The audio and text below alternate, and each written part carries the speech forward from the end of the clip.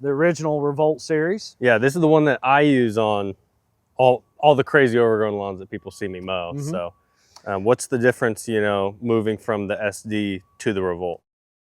So the main difference obviously was the deck sizes. We go up to the 61-inch deck on here. Different wheel size, different transaxles on here. Overall, the features are the same. The deck height is the same. We did up some linkage hardware size to account for heavier decks and more abusive mowing.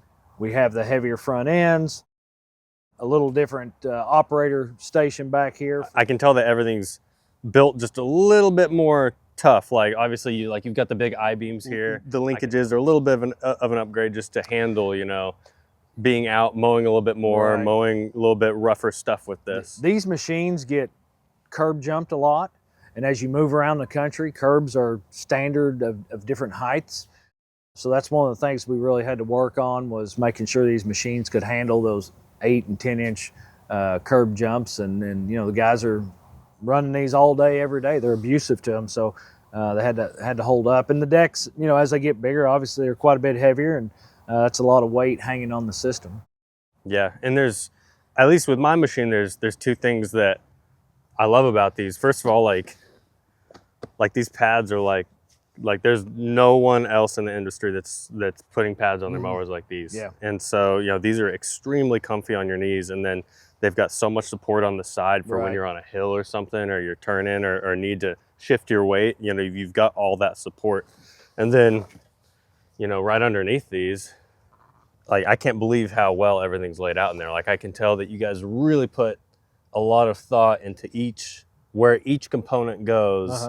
And, you know, if those components need serviced, it's extremely easy. Right. So one of our main goals around the design of this in the very beginning, because you do have all the same components that you have on one of our sit-down mowers, but now you're really compacted that footprint of where all those have to go, is we wanted to make it still serviceable, which is why we made the access panel here, and we have an access panel in the lower portion.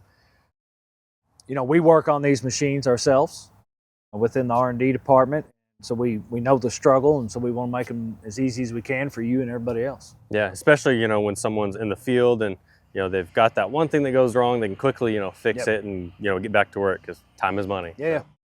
They all come standard with the Reaper tire and the no flats in front. So that's awesome. Is there anything else you want to touch on that makes this machine different from the SD, or do you want to move on to the... just, you know, the upgraded transaxles, you know, clearly are the bigger difference, and the engine options that you'd have with this machine. But everything else, very, very similar components and characteristics.